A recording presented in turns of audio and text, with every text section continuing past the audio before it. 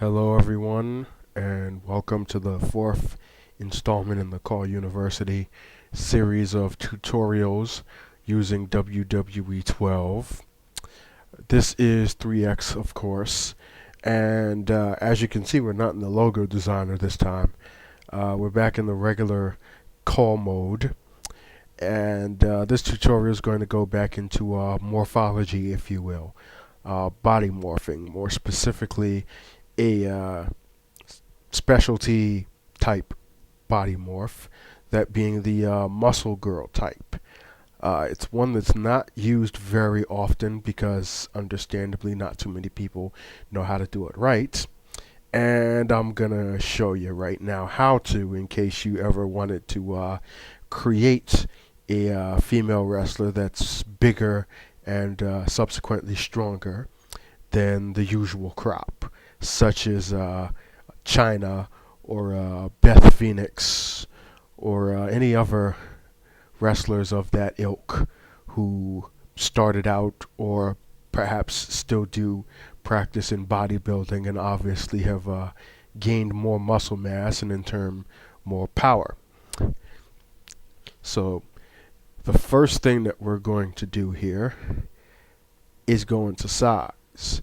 This right here is the big secret, because normally, I guess what generally people think is the more you increase the sliders, the bigger he or she is going to look. As far as CAWS go, male and female, this is wrong, specifically in this particular type. What the true secret is that you start with the largest model and you shrink it down to your specific proportions or specifications or such like that. This is exactly the type of thing that I did with the two specific CAWs of this type that I make on a yearly basis, that being Sarah Warfield and Jamie Fury, both of which who are available for download on the PlayStation 3 if you use the search tag 3X CAW. That's the number 3, the letter X, and the letters CAW. Yeah, shameless self-promotion, I know. But yeah, you start off with the obese girl template, number 4. And from here, we're going to adjust the sliders to shrink down her size to get the ideal build of a more muscular female with more body mass, while still maintaining the usual shapes and curves and such like that, because you don't want her looking too, how you say, manly. Definitely not attractive. It's all about striking a balance between such. Before I actually get into the morphing itself, another thing that I would suggest that you do in order to really accentuate the fact that this is a larger female and she's going to be stronger and in terms have different attributes from a typical sized female diva, if you will, is increase her height. That will in turn increase her weight. Typical female featherweight, probably lower than that. The average diva weighs in at about maybe 110 to 120 pounds, and that's kind of reaching. AJ Lee is only 95 pounds, I would say. Beth Phoenix probably somewhere close to 190. She probably doesn't exceed 200 pounds, though. I'm not too sure. I don't have that specific information. But yeah, we will bump that up and make her a robust 200-pound light heavyweight weight class. And you'll pretty much see the difference in game, as smaller females will have that extra delay in animation in terms of lifting her up. And it'll give her a slight advantage in terms of grapple power and striking power should you decide you want to exploit that, which I would obviously recommend. If she's a power wrestler, she should have more power than the rest of the females on your roster. So we got the body template, we got the proper size, and now we actually get into the shape morphing. And as I go on with this, I'm actually going to be using a template for Sarah Warfield here and slightly adjusting the parameters that I used on her, because I'm actually going to be using this very CAW to create a third muscle girl type CAW that I'm going to be adding to my collection. So I'm kind of killing two birds with one stone here. For the neck, we're not really going to do much to the height and the width because those are ideal, particularly in terms of creating a proper shoulder line, because the shoulders and the chest area have to be a little more prominent on a muscle girl, or power girl as I like to call them, considering the fact that there's more definition in the chest area since they are lifting weights on a regular basis. So there's more tone, there's more mass going on there. So that'll come into fruition when you get into the chest area, which is obviously maxed out here. But we're going to slim that down, and you'll still see that the chest is going to be larger, in contrast to say if you were using one of the other templates as far as body shape goes, like number 1, which is the default, and number 2, which is the junk in the trunk with the more shapelier hips and so on and so forth. At the start, you're not going to see too much difference, but once we get down low below the waist, you'll really start to see how the body morphing takes into shape here. So what I did basically was drop down the height, width, and depth to mid-range, 30s, 40s, and the angle all the way down to 100. The angle of the chest, as you can obviously see here, correlates into the direction of the boobies, and that applies to the male pectoral muscles as well. Generally, bringing them apart really kind of shows off more of the chest plate area itself, which gives more of an illusion of muscle tone. So there you see the numbers there.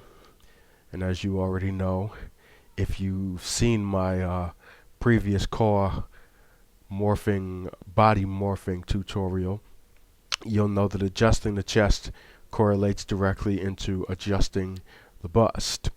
What we're going to do here is make that kind of neutral again. Well, I wouldn't say neutral. It's still going to be larger than average. Robust D cup, if you will. Probably double D's. I don't know. But yeah, let's get into details there.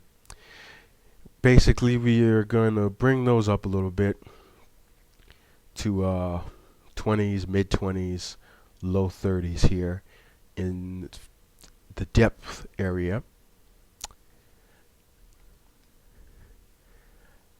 And then the traps,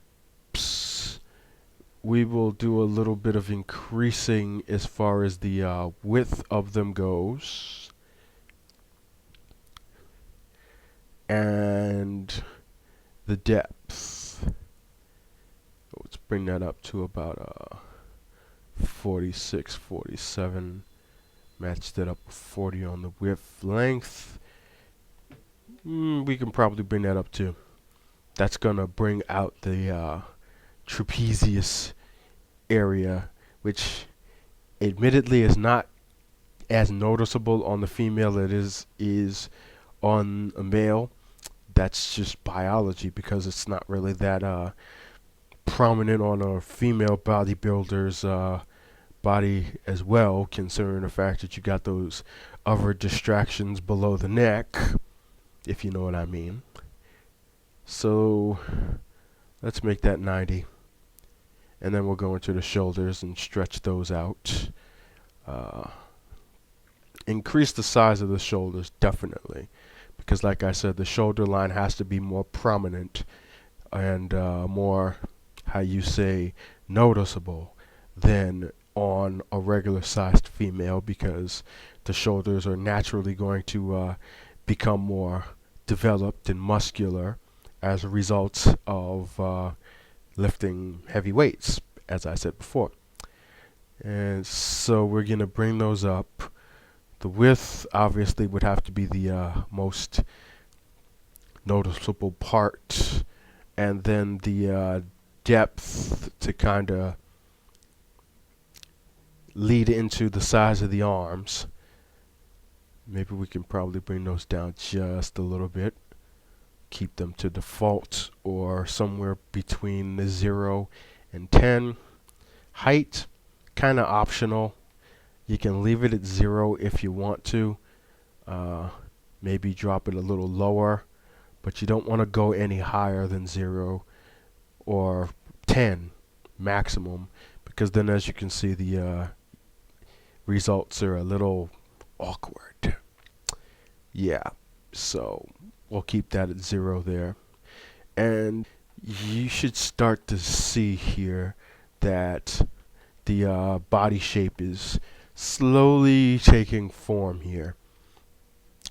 It looks pretty well proportioned, at least from the neck to the chest right now as it is for an obese girl. I don't like to say fat, but you know, and an awesome Kong type build.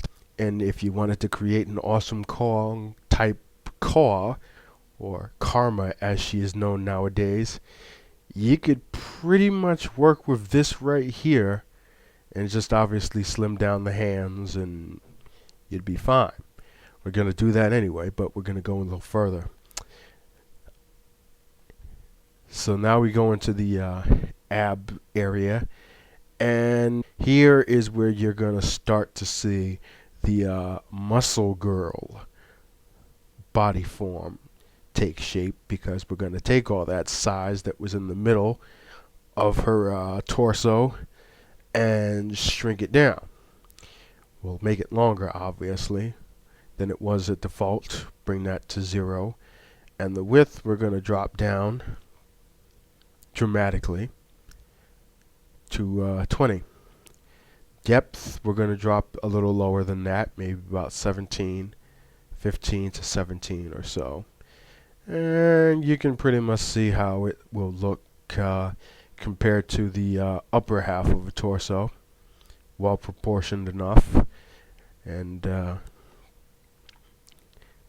as I also had said before in the previous body morphing tutorial, the abs, as far as the width and the depth of them, coincide with the width and the depth of the waist.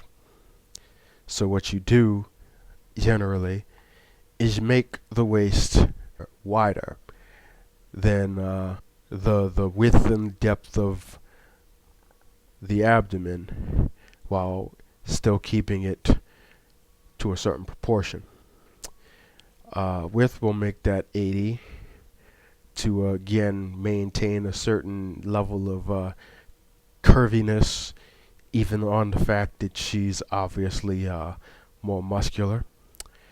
And depth, we'll drop that down to, let's make it about 30.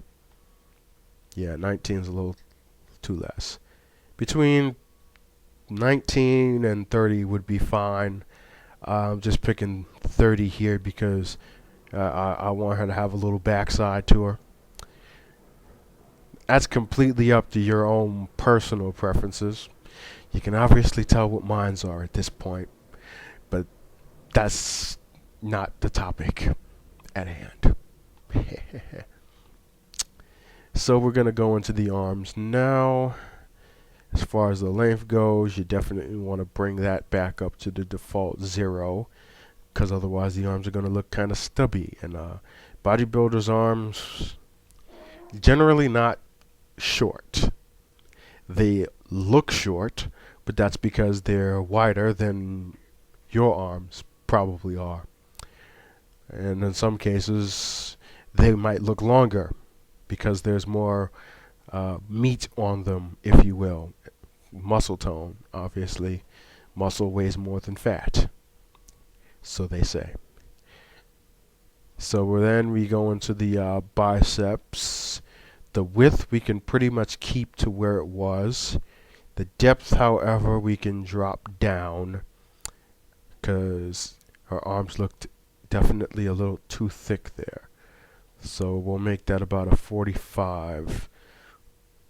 Pretty much within the 40s is a safe range to go as far as the thickness of the arms. And as far as the forearms go, usually I will make the forearms the same size as the biceps, but in this instance I'm going to keep them as they are, with the forearm depth being a little bit thicker. It'll still come out looking fine. Her arms will come out looking quite large, but still proportioned to the rest of the body, of course. Hands, you'll definitely need to shrink those down. Let's make it all mid-teens, 15 in the length, to complement the size of the arms themselves. And in the width and depth, I guess maybe we can jump those up to about 18.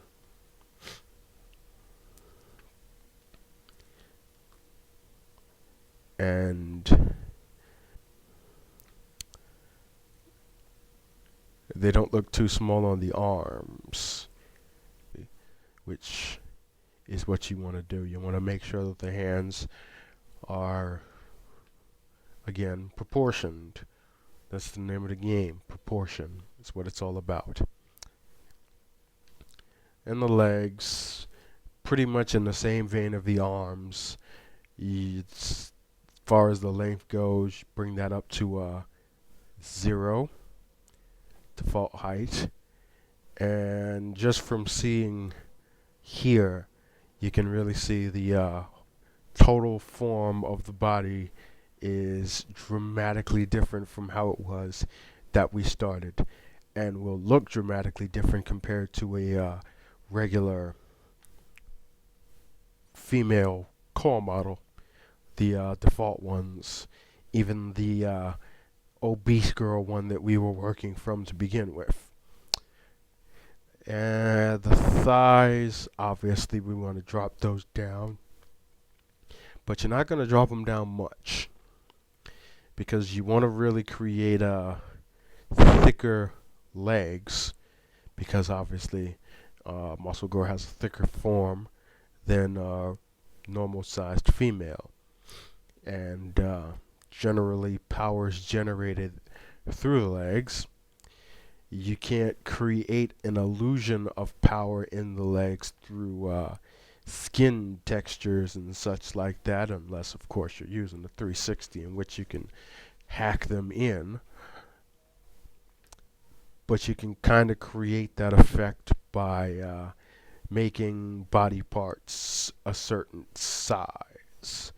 So for the thighs and the calves, we'll keep those at about 50, which is about the size of the calves and thighs that I would use on a male CAW, myself somewhere within that range. And so here you have the end result. And you can see that she's definitely looking a whole lot larger than the typical CAW model. If you match her up against the in-game divas, you'll notice that she has a very visible size advantage, which is exactly the effect that I was going for.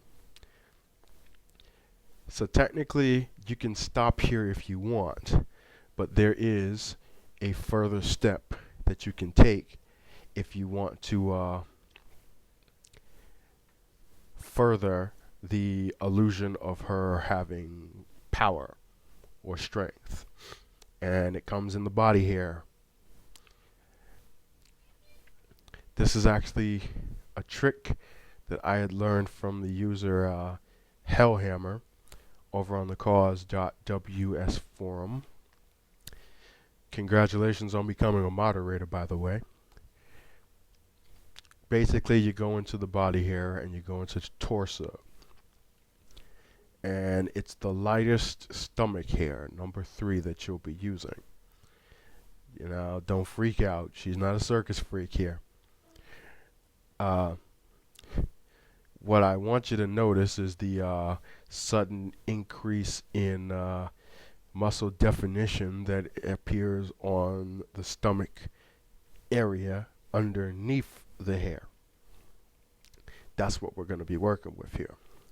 So you choose that, and basically what you'll do is increase the shade to brighten up that hair to the point where it is in actuality no longer visible, at least not to the naked eye.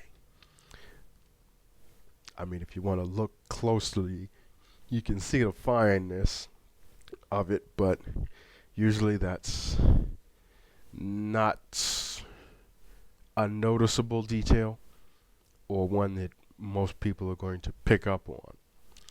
So now you can stop right there, so should you choose to, but there's an even further step that you can take to cover up that hair area, and that goes into the tattoos. Go into design, torso, and you'll basically cover up the area with a blank colored design. I usually use the trapezoid shape because it nearly completely covers the stomach area, as you can see right here. You can stretch it out completely here. If you want to, you can kind of flip it around for a better effect in total. Just make sure that it's straight. Make sure that you don't overlap so that it goes onto the neck like you see there. And basically from here, we will color match to the skin tone. You can already see here from the default brown the sort of effect that you will create by covering the hair. Admittedly, for the darker skin tones, this step here is not necessary because the skin is already dark and you'll barely be able to see the details of the hair anyway. But for the lighter skin tone, you just make the shade lighter and make the color more pale to match as closely as possible to the skin tone, which is admittedly a little tricky considering the fact that it's been a while since I actually had to do it. But you can create a tone that is not completely noticeable, and you'll be in good shape. Bring the shade up a little bit here. Now, if you saw this from a distance, you would swear that she has six-pack abs, which is exactly the effect that you want to create. I think I want to make that skin a little more saturated there.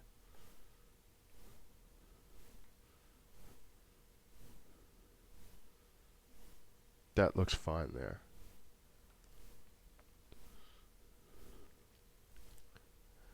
So remember those numbers there. X13, Y133, and the shade all the way up to 255, excuse me. We'll select that. And there you have it. You can see right here the tone of the design nearly matches the tone of the skin. And from a distance, she's looking quite powerful. Definitely. Like I said before, for the darker skin tone, you don't have to take that extra step. Leaving the body hair and just messing around to match the skin tone there is as far as you would need to go. But as far as she goes, and this tutorial, we're done. Once again, I hope that these tutorials are being used and are useful to you in furthering your own creative abilities using the THQ WWE games. I always encourage doing things differently. Admittedly, I myself sometimes do the same things over and over again, and sometimes it's kind of hard challenging yourself to do something different. But when you do, and you do it enough times, you have fun doing it, and that encourages you to do it even more. So one of the important things is to not follow into a mold and be enamored with one person's style of CAWS to the point where you're going to try to emulate that style as much as possible. You want to create your own style. You want to create CAWS that you yourself want to play as. And that's always been my personal motivation. It's never really been about being a popular CAW maker or getting as many views or the most downloads or anything like that. I just make stuff that I want to play as. And make it to the way that I want to. But at the same time, I try not to regurgitate the same stuff over and over again, which is why you'll see me change things up on certain characters or change the look, change tires, anything possible to spice things up and make things a little bit more unique is never a bad thing. So keep that in mind, a little CAW maker philosophy for you as an added bonus to this tutorial. And if you like this tutorial, please do like it. Click that button on the side there. And if there are any other requests for further tutorials or anything that you'd like me to cover, I'd be more than happy to. Just leave comments below or send me a message over on the CAWS.ws forum if you're a member there. If you're not, I suggest you join. It would be definitely worth your while. So that's going to do it for this edition of CAW University. This has been 3X, and once again, the groundwork to a brand new CAW has just been laid. You will see the end result soon here on YouTube and on the CAWS.ws forums. But for now, class is dismissed.